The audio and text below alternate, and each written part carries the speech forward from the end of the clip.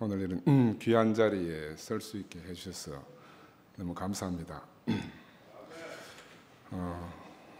오늘 제목을 아들을 영화롭게 하사 하는 제목을 특별히 정한 이유는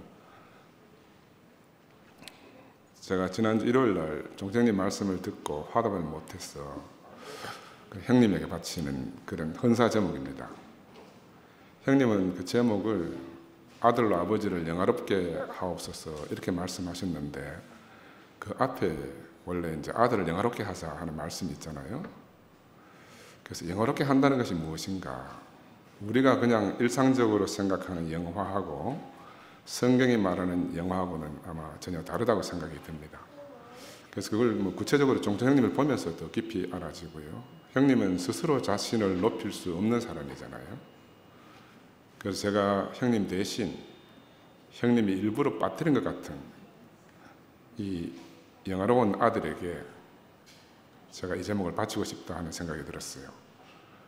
형님의 일생이 이 말씀 안에 다 들어있는 것 같습니다. 아들을 영화롭게 하사, 아들로 아버지를 영화롭게 하옵소서. 그래서 우리도 형님을 따라서 그런 영화로운 아들의 길을 가기를 소망합니다. 제가 오늘 본문 말씀을 누가복음 12장 20절을 택했어요. 어리석은 자여, 오늘 밤에 네 영혼을 도로 찾으리니 그러면 네 예비한 것이 누구의 것이 되겠느냐. 우리가 예수를 한마디로 요약하면 죽을 것을 아시고도 십자가의 길을 가신 분이잖아요. 자신이 그런 사람이기 때문에 이런 말씀을 하실 수가 있다고 생각이 듭니다. 그래서 저는 이 말씀을 보면서 나는 무엇을 준비하고 살아야 되겠나? 무엇을 준비해야 내 인생에서 참으로 값진 인생의 열매를 남기고 가겠나? 이런 생각이 들었어요. 그래서 우리 흔히 세상에서는 메멘토 모리라는 말이 있지 않습니까? 라틴어로 죽음을 기억하라. 이건 다른 말로 너는 반드시 죽는다는 것을 기억하라. 이 말씀이잖아요. 이 말은 원래 이제 고대 로마에서 유행했는 말입니다. 전쟁에서 승리한 개선 장군이 뒤에 포로들을 많이 잡아가지고 또 막 그 노획한 그 많은 보물들을 끌고 오면서 앞에 가고 있는데 뒤에서 노예들이 끌려가면서 이런 소리를 한다 그러잖아요. 메멘토 모리. 끌려오는 그 포로들이 메멘토 모리, 메멘토 모리 이렇게 외친답니다. 그러니까 이 개선 장군에게 너는 승리의 도취에 빠지지 않고 너도 언젠가는 죽는다. 너도 언젠가는 죽을 인생이라는 것을 기억하라 하는 말로 이제 이 메멘토 모리라는 말을 하고 있답니다. 이게 이제 경고이기도 하고 또 한편으로 겸손을 부탁하는 그런 말이라고 하죠. 또 상대적인 말로 까르페 디엠 하는 말도 있습니다. 그죠? 라틴어로 오늘을 잡아라. 우리 젊은이들 많이 쓰잖아요. 현재를 즐겨라. 근데 이거는 오늘을 즐긴다는 것은 세속적 의미인데 저는 예수 안에서 이 말을 새롭게 해석하면 날마다 새날인 오늘을 감사하라. 그렇게 받아들일 수 있고 내일 죽을 것처럼 오늘 하루를 마치라. 이런 의미로도 받아들일 수가 있다고 보입니다. 그러니 이것 또한 죽음을 기억하고 준비하라 하는 이런 말로 우리가 받아들일 수가 있죠. 그래서 이 말씀 준비하면서 이제 오늘 밤 내가 죽는다면 나는 무엇을 준비하고 또 무엇을 남기겠나 이런 생각을 해봤습니다. 창세기는 이스라엘 민족의 이야기잖아요. 그래서 저는 오늘 말씀 준비하면서 나도 오늘 내 창세기를 내 사랑하는 아내 우리 봉순 자매하고 오늘 특별히 우리 여기 함께 참석한 우리 아들 부부하고 또 우리 앞에 있는 손자 지우 그리고 병원 때문에 같이 못한 명훈이 그리고 오늘 여기 함께 참석해 주신 우리 형제 자매 여러분과 함께 나누고 싶어서 이런 말씀을 준비를 했습니다. 우리 명수가 다음 주 목요일 되면 이제 분가에서 떨어져 나가게 됩니다. 그래서 오늘 목요 모임이 제가 명수하고 예린을 특별히 초대를 했어요. 집에서 이제 방송을 들을 우리 사랑하는 아내와 우리 명수, 명훈이, 예린이, 지우 모두에게 제가 내게 가족으로 찾아와서 내게 넘치는 기쁨과 행복을 이렇게 한없이 누리게 해준 것에 대해서 내가 이 자리를 빌려서 정말 감사하다는 말을 꼭 하고 싶었습니다. 그리고 또 이렇게 이제 늦은 밤 목요 모임에 오셔가지고 내 마지막 말을 들어주실 여러분 한 분 한 분에게 정말 감사를 드립니다. 집에서 방송으로도 보시는 우리 형제 자매들에게도 특별히 감사를 드리고 오늘 아까 광수가 바쁜 일정이 있음에도 불구하고 일부러 나와서 이렇게 또 연주해주고 또 우리 일순 우리 순원들이 또 저를 위해서 이렇게 찬양을 해주셨어요. 너무 감사해요. 예수를 알아가면 알아갈수록 정말 감사만 남는 것입니다. 저는 정말 원망스러운 세계 속에 살았었거든요. 그 원망스러운 세계에서 모든 것이 감사 이런 세계로 옮겨주셨어. 예수는 우리를 그런 자리로 옮겨주기 위해서 우리 앞에서 십자가를 지고 가셨지 않습니까? 그죠? 그래서 한편으로 예수는 세상에서 가장 억울하게 죽은 사람일 것 같아요. 그렇지만 그는 자신의 죽음을 통해서 정말 사람을 사랑한다는 것이 무엇인지를 우리 앞에서 보여주고 간 사람입니다. 그래서 저는 현실로 이렇게 돌아와서 생각해 보면 우리 아버지, 어머니는 내게 무엇을 남겨주셨는가 생각해 봤어요. 내가 이렇게 감사한 인생으로 살게 된 것은 전적으로 우리 부모님과 또 돌아가신 우리 이엘레 목사님의 은혜로 말미암았습니다. 여러분, 우리 어머니는 보시고 아시는 분이 거의 대부분이시겠지만 제게도 아버지가 계셨습니다. 제가 아버지 이야기를 거의 안 했잖아요. 그래서 오늘은 특별히 이제 아버지에 대해서 좀 말씀을 드리려고 해요. 우리 아버지 김선호님은 나를 영원한 아버지 하나님께로 인도하는 되게 인도자였습니다. 이 아브라함이 자기 아버지 데라를 따라서 갈대우를 떠나가지고 하란까지 갔잖아요. 나도 마찬가지로 우리 아버지를 통해서 세상에서 교회로 옮기는 그 첫걸음을 했습니다. 그래서 오늘 교회 앞에서 하나님 앞에서 구체적으로 아버지에 대해서 감사함을 표현하고 싶더라고요. 저는 이런 날이 내 인생에 오리라고 한 번도 생각을 못했어요. 그래서 언제 또다시 이런 기회가 올지 모르기 때문에 우리 아들 내외와 손자가 있는 자리에서 특별히 할아버지에 대해서 이야기를 해주고 싶어요. 우리 아버지는 초등학교 4학년, 제가 초등학교 4학년 봄에 돌아가셨습니다. 그리고 이제 제가 초등학교 4학년 봄에 돌아가셨으니까 그보다 제가 더 어릴 때 제게 유언을 하셨어요. 뭐라고 하셨는가 하면, 상근아, 내가 죽거든 네 엄마가 살기가 힘들어서 혹시 다른 데 시집 가더라도 원망하지 말고, 혹시 너가 삼형제가 고아원에가 흩어져 살더라도 네가 꼭 상도하고 상구를 챙겨서 잘 돌봐라, 이렇게 하셨거든요. 또 나중에는 또 공부할 형편이, 둘이 같이 공부할 형편이 안 되면 상도만이라도 공부시켜라, 이런 말씀도 하셨습니다. 그래서 저는 이게 내게 부탁한 아버지의 유언이기 때문에 제가 초등학교 졸업하고 대구를 떠나서 전주의 안경점에 취직하러 갔었습니다. 그때는 월급 없이 먹고 자고 아침 6시에 일어나서 밤 10시까지 일하는 그런 곳이었어요. 이제 그때를 이렇게 생각해 보면서 우리 아버지를 생각해 보니까 예수가 죽기 전에 요한에게 자기 어머니를 부탁했잖아요. 우리 아버지도 저한테 그렇게 부탁하신 것 같더라고요. 비슷하다는 생각이 들고, 예수는 십자가로 가기 전에 홀로 남은 자기 어머니 마리아가 얼마나 눈에 밟히지 않았겠습니까? 그죠? 아마 우리 아버지도 나와 내 동생들이 눈에 밟혔을 것 같다는 생각이 들어요. 결혼해서 평생 우리 어머니를 애먹였거든요. 그러니까 우리 어머니에게는 어떤 말도 못하고 어린 제게 이제 동생들을 부탁하고 가신 거죠. 근데 나는 이 두 동생들이 교회 안에 와가지고 행복하게 산 것이 정말 아버지 유언을 다 성취한 것으로 생각이 들어요. 그래서 정말 그리스도와 교회가 너무너무 감사해요. 왜냐하면 내가 할 수 없는 일을 교회가 다 해줬습니다. 먼저 간 상구하고 우리 어머니 두 사람 다 여한 없이 마지막을 교회 안에서 정말 감사하며 살다가 가셨거든요. 그러니 어떤 말로 말하면 제게는 교회가 나의 모든 것이라고 할 수가 있습니다. 그래서 우리 아들들과 우리 며느리 그리고 우리 지우가 이 말을 저는 깊이 새겨줬으면 좋겠어요.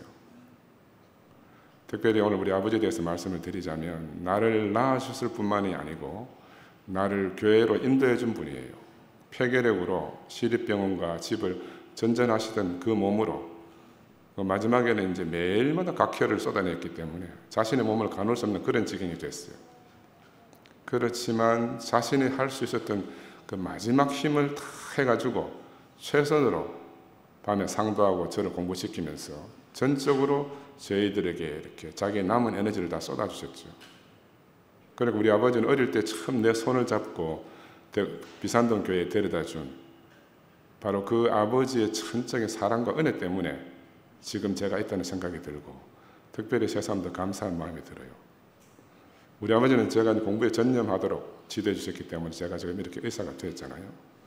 또 교회로 인도해 주셨기 때문에 나하고 우리 가족이 정말 예수의 세계를 누리며 이제 감사뿐인 인생을 이렇게 살게 해주셨습니다.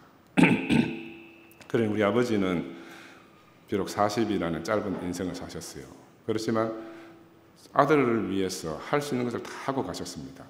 지금 우리 명수 나이 때에 돌아가신 거거든요. 나는 이 대목에서 늘 이제 아까 말씀드린 대로 아브라함을 하란까지 데리고 갔던 그 아버지 대라가 너무너무 깊이 상고가 돼요. 그 당시에는 아버지가 날 동네 교회에 데려다 준 것이 이게 얼마나 큰 은혜인지 전혀 몰랐습니다. 단지 좀 더 예수 잘 믿고 착하게 살고 복받은 사람이 되라 하는 의미 이상으로 제가 생각하지를 못했습니다. 그러나 그때 처음 교회로 내디딘 그 첫 한 발자국이 지금 생각해 보면은 그 달 표면에 처음 인간의 발자국을 남긴 닐 암스트롱의 발자국 의미 이상으로 제 인생에 그렇게 큰 걸음이 됐습니다. 그 당시는 이렇게 나를 전혀 다른 세계 안으로, 생각지 못한 세계 안으로 감사와 찬양이 넘치는 이런 예수의 세계로 옮겨진 거라고는 전혀 깨닫지 못했어요. 우리 아버지 마지막 밤은 폐결핵이라는 병든 몸으로 숨도 겨우 쉬시면서 자신이 할 수 있던 가장 기쁜 일, 즐거운 일을 하셨습니다. 바로 카르페 디엠, 이걸 몸소 실천하신 거죠. 당신이 당시 할 수 있던 최선이고 가장 행복한 일은 상도하고 나를 붙잡아서 그 조그마한 밥상에 앉혀놓고 밤 12시 가까이까지 공부시키는 것이거든요. 당신이 하실 수 있는 건 그거 말고는 없기 때문에 마지막까지 그 일을 하셨습니다. 저는 요즘 이제 아들 키울 때는 바빠서 정신이 없어가지고 잘 몰랐는데 우리 지우 손자가 커가는 것을 지켜보면 그때 우리 아버지 마음이 지금 알아져요. 우리 아버지가 나를 볼 때 어떤 마음이었겠는가. 그날 밤이 지나면 이제 당신이 숨이 멎을 줄도 모르시고 자신의 최선을 다해서 마지막 은혜를 우리에게 부어주셨습니다.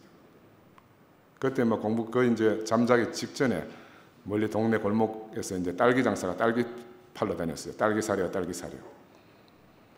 그러니까 아버지가 저에게 상관을 내일 해 뜨면 우리 딸기 사 먹자 이렇게 하시더니 그 내일이 영원히 오지 못한 거예요.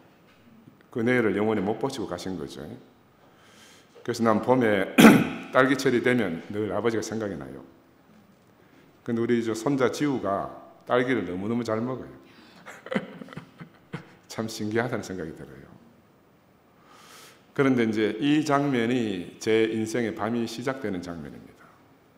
죽음이 무엇인지, 인생이 무엇인지 전혀 알지도 못한 상태에서 그렇게 내 육신의 생명의 근원인 아버지가 하루아침에 사라지신 거죠. 아버지를 묻고 와서도 나는 흙을 떠서 묻을 때도 그게 뭐 하는지 몰랐어요. 그냥 어른들이 시키니까 삽을 한숨 떠서 이제 내 옷 위에 이렇게 주기 때문에 받아서 부은 것밖에 없어. 어머니는 대성통곡하고 나는 근데 그게 뭐 어떤 건지도 모르고 온 거예요. 그래서 그때부터 저는 이제 아버지를 잃은 아브라함처럼 현실 안에서 내가 고아가 됐습니다. 그가 이제부터 영원한 아버지신 하나님 부름 안으로 이끌려 사는 사람이 됐듯이 제 인생도 지나오고 나니 마찬가지로 아브라함처럼 그렇게 지내온 것 같아요. 지금 생각해 보면은 상도하고 나를 낳아주시고 또 교회로 인도해주신 우리 아버지, 사실 제게 모든 것을 다 해주시고 가신 것이거든요. 예한 없는 은혜를 주고 가신 거죠. 본인은 입으로 직접 말씀하신 적은 없지만 예수가 십자가 앞으로 가는 것이 자기 운명인 줄 알고 그렇게 사셨듯이 우리 아버지도 자신의 죽음을 앞에 놓고 메멘토 모리와 카르페 디엠을 실천하면서 자신으로 살고 가시는 거예요. 그래서 요즘 들어서 아버지를 생각하면 아버지는 자신에게 주어진 이 죽음의 잔을 받을 준비를 늘 하시고 계셨구나 하는 생각이 들어요. 그래서 메멘토 모리, 이 말씀을 정말 기억하고 사셨구나. 오늘 밤에 네 영혼을 데려가면 하는 이 말씀을 그렇게 기억하시면서 하루하루를 사셨겠구나 하는 게 생각이 듭니다. 그리고 이런 분이 내 아버지셨구나. 난 그때 어려서 잘 몰랐어요. 십자가 죽음 앞으로 한 발 한 발 끌려가는 이 예수의 운명을 우리 아버지는 자기 운명으로 그렇게 사셨구나. 겟세마네에서 피땀 흘려 기도하면서 제자들에게 함께 기도하자 예수가 그렇게 하셨어요. 예수가 말하는 죽음이 도대체 뭔지 모르는 그 제자들처럼 죽음이 뭔지 모르는 내 고사리 같은 손을 붙잡고 우리 아버지는 그렇게 유언을 하시면서 가셨잖아요. 그런데 60년의 세월이 흘러도 그것이 너무너무 제게 또렷이 기억이 나는 거라. 아마 예수의 제자들도 예수가 살았을 때는 예수의 말을 다 이해를 못했잖아요. 그런데 세월이 흐르고 그들이 예수에 대한 인식이 깊어지면 깊어질수록 그들의 인생 깊숙이 새겨진 그분의 말씀이 얼마나 더 깊이 그렇게 다가왔겠나 하는 생각이 듭니다. 나는 이것을 그들이 부활이라고 했을 거라 그런 생각을 제 나름대로 해봐요. 그래서 제가 살아있는 동안에 내 아버지는 내 안에 사시는 거죠. 하나님도 마찬가지입니다. 그래서 하나님은 내게 대해서 산자의 하나님으로 그렇게 사시는 거죠. 우리 아버지가 내게 늘 부활하셔서 사시듯이 예수의 아버지 하나님의 존재도 내 안에 우리 안에 그렇게 살아계신 겁니다. 저는 우리 아버지 또 우리 어머니 모습을 제가 거울을 아침에 보면 그 안에 아버지도 있고 어머니도 있어요. 또 상도를 봐도 상도 안에도 있고 내 아들 명수를 봐도 명훈이를 봐도 거기서 아버지가 있어요. 우리 손자 지우하고 명수가 함께 노는 그 삶을, 부자의 삶을 이렇게 지켜보면서도 저는 아버지를 만나요. 생명은 참 신기한 겁니다. 아이는 어른의 아버지라고 영국의 어떤 시인이 말했잖아요. 그런데 우리 아들 명수, 명훈이를 키우면서 저는 전혀 미처 다 몰랐는데 손자 지우를 지켜보니까 그 안에 아버지도 있고 나도 있고 아들 명수도 있고 이렇게 다 있는 걸 봐요. 예수 안에 아브라함도 있고 예수 안에 다윗도 있듯이. 그래서 저는 이 모습을 보면서 이 안에서 영혼이라는 것이 어떤 건지 살짝 영혼의 어떤 의미를 살짝 이렇게 느껴보는 그런 기분이 들어요. 이제 그 예수는 2000년 전에 계신 것이 아니고 제자들 안에 그리고 사도들 안에서 마침내 우리 안에까지 오셨습니다. 그래서 우리와 한 생명으로 사시게 됐어요. 지금 우리 안에 사시고 있음이 바로 여기 함께 모인 우리 형제들을 통해서 증명되고 있잖아요. 저는 우리 아버지 김선호님을 통해서 바로 하나님이 약속한 아브라함에게 약속한 땅인 가나안, 오늘 현재적인 그 땅이 교회 안으로 제가 옮겨졌어요. 여기까지가 제가 이제 내 육신의 아버지와 관련된 내 창세기의 이야기를 간략하게 말씀을 드렸습니다. 이제는 이제 내 영의 아버지라고 할 수 있는 분에 대해서 제가 말씀을 드리려고 합니다. 누구는 그분을 부끄러운 분이라 하기도 하고, 누구는 잘못되었다 하기도 하고, 어떤 이들은 자기 인생에서 지워버리고 싶다고 합니다. 각자마다 각자의 아픈 사정이 있어서 그렇다고 생각이 들어요. 그러나 제게는 영원히 잊을 수 없는 은혜와 생명을 그렇게 나눠주신 분입니다. 물에 빠진 나하고 내 가족을 손을 직접 뻗어서 건져내 주신 분이에요. 그래서 그가 강도여도 나의 구원자이고, 그가 파렴치 아니어도 나의 구원자이고, 그가 예수를 팔아 장사했다 할지라도 내게 유일한 구원자라는 겁니다. 베드로가 예수 외에는 세상에 구원을 얻을 다른 이름을 주시지 않았다고 했듯이 내게도 이 목사님은 바로 그런 분으로 찾아오셨어요. 난 그분을 통해서 예수를 진실로 알게 됐습니다. 그분을 통해서 예수의 아버지 하나님을 비로소 알게 됐어요. 그 전에 내가 알던 예수와 하나님은 다 내 기대와 상상의 산물이었어요. 물에서 건져진 나는 수면 위에 운행하시는 영으로 오신 분이 아닌 구체적으로 나와 같이 육신을 입고 오신 분을 통해서 제가 건져졌습니다. 그분의 말씀을 통해서 오늘 살아있는 하나님 말씀을 들은 거죠. 난 그래서 사람으로 인격으로 오신 분을 말씀드릴 수밖에 없어요. 사람으로 복된 소식을 가져다 주시는 분을 내가 직접 만났거든요. 그래서 그 이후로 나는 전혀 다른 것을 바라지 않게 됐습니다. 부족한 것이 전혀 없게 됐어요. 그래서 교회 생활은 가나안 땅을 경작하는 생활이라고 우리 많이 들었잖아요. 많은 과정을 거치면서 열매를 거두는 생활이다. 이건 집안에서 사는 삶도 마찬가지고 직장에서 사는 삶도 마찬가지입니다. 삶은 생활이고 이 생활은 생명 안에서 나오니까 이 생명이 결국은 그 인격을 통해서 표현됩니다. 그 인격은 최종적 열매라고 할 수가 있어요. 열매로 그 나무를 안다 이렇게 말하잖아요. 마지막 열매인 그 인격이 바로 그 생명의 증거를 할 수가 있습니다. 그래서 제가 교회 생활하면서 기억에 오래 남아있는 두 가지 중요한 말씀이 있는데, 하나는 생명은 잘한다. 이 목사님이 심천 미루나무 밑에서 이 말씀 하셨다 그래요. 두 번째는 상도야 네가 어쩔 수 없어 그랬구나. 이건 나는 목사님이 자신의 인격 아래서 하신 말씀이라 생각이 들어요. 앞에 것은 생명에 대해서고 뒤에 것은 인격에 대해서 하신 말씀이라고 생각이 듭니다. 영어로 표현된 하나님은 추상적이지만 생명으로 표현되면 구체적으로 좀 더 쉽게 알아지고요. 그래서 맨 먼저 생명은 자란다 이렇게 말씀하신 것 같아요. 그래서 보이지 않는 생명을 표현하기 위해서 보이는 심천 미르나무 생명을 들어서 표현한 것이다 그렇게 말씀하신 적이 있어요. 나무나 사람이나 살아있는 것은 다 자란다 그러잖아요. 우리가 거저받은 이 예수의 생명도 바로 이런 비밀을 가지고 있습니다. 예수와 우리가 하나 되는 생명의 연합의 비밀. 이 연합 안에서 우리가 바로 호흡할 수 있는 생명의 산소가 생성되거든요. 창세기는 이것을 궁창의 창조라고 이렇게 표현합니다. 이 궁창 안에서 생명은 비로소 호흡을 하게 돼요. 하나 되고 숨통이 트이게 되는 겁니다. 비로소 그가 사는데 내가 사는 이 놀라운 비밀이 열리는 거죠.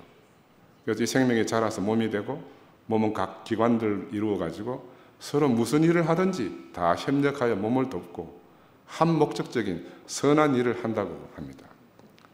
그런데 갑자기 자라지 않는 상태가 되면 그것이 바로 죽음의 전 단계에 들어가는 겁니다.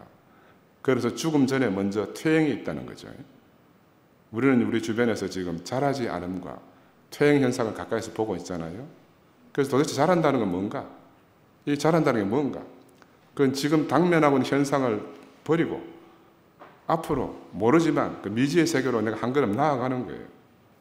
나무의 가지 끝이 끊임없이 중력을 이기고 중력을 거슬러서 하늘을 향해 자라나가잖아요. 그것이 바로 자라나는 것입니다. 생명나무라는 것은 그렇게 끝이 열린 채 자라나는 거예요. 가지 끝에 열리는 열매가 어떤 모습일지 우리는 다 알 수가 없어요. 생명의 무한 능력이 어떻게 나타날지 우리가 지켜볼 수밖에 없잖아요. 문제는 이 지켜본다는 것이 이 천연적인 아담의 생명 안에서는 너무 어렵습니다. 죽음 안에 있지 않은 이 생명으로는 기다림이 불가능한 거죠. 9번 참았다가 10번째는 대폭발을 하는 것을 저도 경험했고 여러분도 다 경험하지 않습니까? 그죠? 그렇지만 성경은 그래서 어떤 정답을 제시하는 것이 아니라고 생각이 들어요. 플라톤의 영향을 많이 받은 이 기독교는 늘 정답을 제시하려고 합니다. 정답은 옳은 거 맞아요. 그런데 정답이 있으면 반대편에 항상 틀린 답이 존재하는 거라. 그러니까 분열이 일어나지 않을 수가 없어요. 하나 될 방법이 없습니다. 정답을 찾은 사람은요, 남에게도 정답을 강요하거든요. 우리가 그동안 왜 행복했습니까? 왜 최종적 사회 이상을 제시하는 교회 생활이라고 했습니까? 각자가 다 각자 나름대로 해답을 얻으면서 살았기 때문이에요. 그런데 해답을 가지고도 우리가 어느 누구도 불만족 없이 살았어요. 그런데 어느 날 정답이 생긴 겁니다. 정답 때문에 다 이런 일이 벌어졌어요. 그래서 우리는 성경을 통해서 각자에게 알맞은 해답을 찾아가는 것이지 정답을 찾는 것은 아니라고 저는 생각이 듭니다. 그래서 우리는 옳고 그름 이전에 먼저 몸의 반응을 통해서 이 자리로 옮겨진 겁니다. 옮겨지고 난 다음에 내가 왜 여기 왔지 하고 우리가 반응하는 거예요. 형제 여러분 그렇지 않습니까? 저는 오늘 여기 왔어요. 와서 보니까 내가 왜 여기 왔지 생각을 하게 된 겁니다. 몸이 반응이 먼저예요. 생각보다 몸이 먼저고 개인보다 교회가 먼저예요. 그리스도가 이미 오셨기 때문에 우리는 단체적인 몸으로 부름받은 겁니다. 그런데 아직도 그리스도가 먼저라는 것은 이성적 생각 안에서 그래요. 생각 안에서만 그리스도가 먼저지 실제는 우리는 다 몸으로 부름받은 거라. 예수가 오지 않았다면 모르지만 이미 예수가 오셨기 때문에 그는 이미 우리의 머리라, 교회의 머리이기 때문에 교회 안에서마저 그리스도가 먼저라고 하는 것은 이거 단지 생각인 거예요. 그래서 우리는 그의 몸의 생활을 하는 겁니다. 우리는 몸의 생활을 하기 위해서 부름받아 온 거예요. 그래야 안식일 병자를 고치는 것도 이해할 수가 있지 않아요. 그죠? 안식일에 병자를 고친다는 게 몸이기 때문에 안식일보다 그 법보다가 더 중요한 몸이기 때문에 예수는 이런 일을 한 거죠. 그래서 우리가 매주 마주치는 실제는 몸입니다. 몸을 통해서 우리가 그리스도를 인식해가는 거죠. 거꾸로가 아닙니다. 그런데 이 몸 안에는 정답이 없어요. 몸은 몸 안에서 스스로의 해답을 찾아갑니다. 몸의 안녕을 위해서 몸이 살기 위한 해답을 찾아가는 거예요. 그리고 우리가 몸 안에 있는 것이 해답 안에 있는 거예요.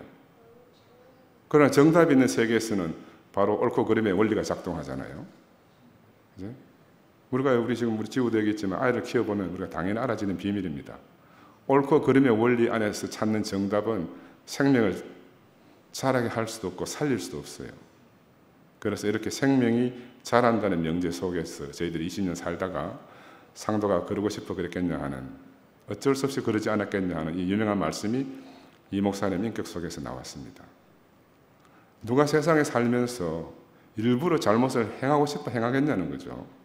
다 잘해보려고 하다가 막다른 골목에 이른다는 겁니다. 이 말씀은 상도뿐이 아니고 모든 인생에 하신 말씀이잖아요. 목사님 자기 자신에게 먼저 하신 말씀이라고 알아져요. 이 생명이 자라고 자라는 이 생명 안에서 선악을 넘어서는 바로 그런 인격이 나온 겁니다. 저들이 몰라서 그렇습니다 하던 예수의 생명이 현재적으로 살아있는 한 사람을 통해서 바로 사람을 살리는 사랑의 인격으로 나타난 거예요. 육신의 부모나 형제 안에서는 우리가 한 번도 경험해보지 못했던 바로 그런 인격이 우리 앞에서 나타났고 우리가 그것을 직접 경험했어요. 그래서 우리도 이제 이 사랑 안에서 이 목사님을 헤아려 봤으면 해요. 그분이 우리를 그렇게 받아줬으면 우리도 그분을 그렇게 헤아려야 되지 않겠습니까? 그죠? 그래서 난 내가 왜 여기 있는지 오늘 말씀을 드리려고 해요. 가이사랴 빌립보에서 예수님은 제자들에게 두 가지 중요한 질문을 하셨어요. 첫 번째 질문은 사람들이 인자를 누구라 하더냐 이런 질문이었어요. 이 제자들이 세례 요한이다, 엘리야다, 에레미야다, 선지자 중에 하나다 이렇게 대답했잖아요. 이 말이 맞는 말일 수도 있고 틀린 말일 수도 있습니다. 그러나 두 번째 더 본질적인 질문을 하셨습니다. 너희는 나를 누구라 하느냐? 예, 시몬 베드로가 주는 그리스도시요 살아계신 하나님의 아들이시니다 이렇게 고백했잖아요. 이 질문은 오늘 내게도 너무너무 중요한 질문이에요. 이 질문과 답안에 우리의 모든 것이 들어있다고 생각이 듭니다. 예수는 모든 사람에게 구원자로 보인 것이 아니에요. 예수는 바로 제자들, 그 중에서 특히 베드로에게 그는 그리스도시고 살아계신 하나님 아들로 인식된 거예요. 객관적 사실이 아니죠. 이건 주관적으로 경험된 사실입니다.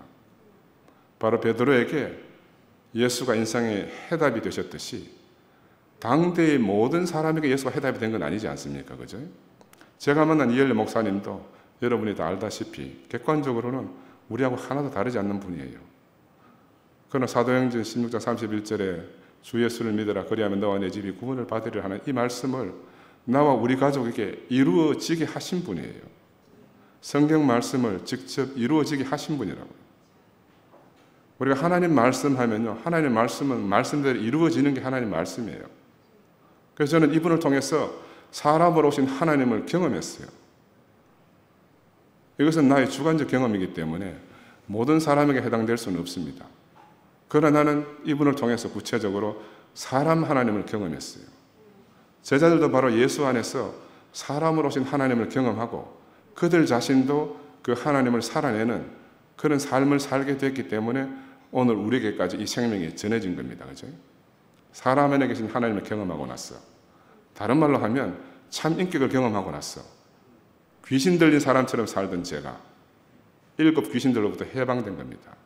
소위 말하는 영을 찾아 헤매던 세상에서 인격의 세계 안으로 제가 옮겨졌어요. 영들의 세계에서 인격의 세계로 옮겨졌습니다. 그래서 저는 오늘 이 자리에서 형제 자매에게 이런 질문을 드리고 싶어요. 여러분은 살면서 너는 나를 누구라 하느냐 하는 이분을 구체적으로 만난 적이 있습니까? 만약 만난 적이 있으면 어떤 고백을 하셨습니까? 만약에 그런 사람이 없었다, 그런 분이 없었다면 여러분은 지금 어디로 그렇게 열심히 가고 있습니까? 아브라함이 본토와 친척과 아비 집을 떠나서 하나님이 지시한 땅으로 유랑을 시작했듯이 저도 이제 그런 길 위에 서 있다고 생각이 듭니다. 저는 이제까지 살던 안락한 삶을 떠나서 앞으로 어떤 것이 주어질지 모르는 거죠. 미지의 삶 안으로 유목민의 삶을 사는 길 안으로 왔어요. 어쩌면 사막 한가운데서 우리는 각자의 자기 길을 떠나는 것인지도 몰라요. 우리가 이렇게 함께 모여 있지만 사실은 각자의 길을 가고 있는 것인지도 몰라요. 그러나 또 크게 보면 주어진 한 길 안에서 가는 겁니다. 무엇 하나 붙잡을 것이 없이 익숙한 곳으로부터 떠나가지고 하나님 지시한 땅으로 가는 삶을 사는데 이상하게 전에 모르던 평화가 있어요. 전에 없던 기쁨이 있습니다. 영광의 부르심이 제 눈앞에 보여요. 저는 예수는 어떤 분인가? 코페르니쿠스가 지동설을 처음 발견했듯이 예수는 히브리 성서 안에 숨겨진 하나님의 모양과 하나님의 형상으로 지어진 그 참 사람이 무엇을 의미하는지를 깊이 발견한 사람 같아요. 그래서 그는 자신의 생명의 원천이 바로 이 하나님이시구나. 자신의 생명의 원천으로서 하나님의 존재를 육신의 생명의 원천인 아버지라고 부르듯이 그렇게 아버지라고 부르지 않았겠나 하는 게 제 생각이에요. 그런데 육신의 생명의 원천인 육신의 아버지와 같은 개념으로 사람들은 예수 말을 들었잖아요. 그러고 나니까 그 아버지와 그 아들은 한 생명이니까 지가 하나님 아들이라고 하고 하나님이라고 하는구나 이렇게 오해하게 된 겁니다. 이게 바로 우리가 사용하는 언어의 한계예요. 말로 표현되고 글로 표현되어진 것은요, 그 내용을 다 담을 수가 없어요. 예수는 진실되게 자기 자신을 나타내고 살았다. 저는 그렇게 생각이 듭니다. 아버지가 일하시니까 나도 일한다. 내가 아버지 안에 있고 아버지가 내 안에 있다. 이 말은 육신의 아버지를 두고 말해도 전혀 걸림이 없는 말입니다. 그러나 생명의 근원인 하나님을 두고 말해도 전혀 걸림이 없는 말이에요. 예수 자신은 그 생명을 자신 안에서 진실되게 살아낸 사람이잖아요. 그는 십자가에서뿐만이 아니고 일상적인 삶 안에서도 우리 삶의 본이고 우리의 원형이었습니다.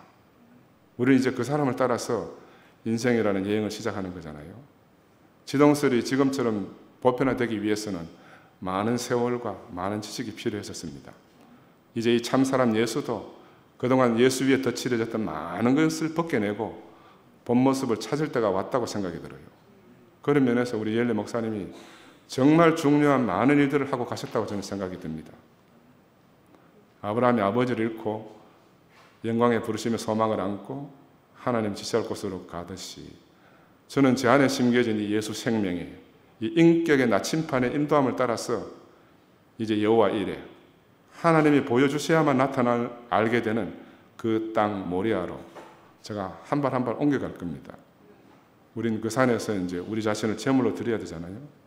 그 안에서 우리를 창조하신 분에게 우리가 영광의 찬송을 부를 겁니다. 이게 제 영원한 꿈이고 소망이에요.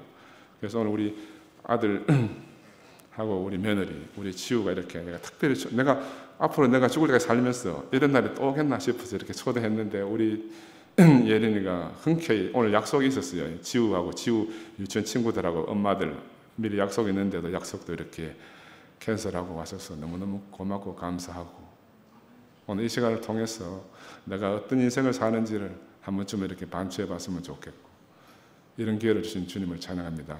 감사합니다.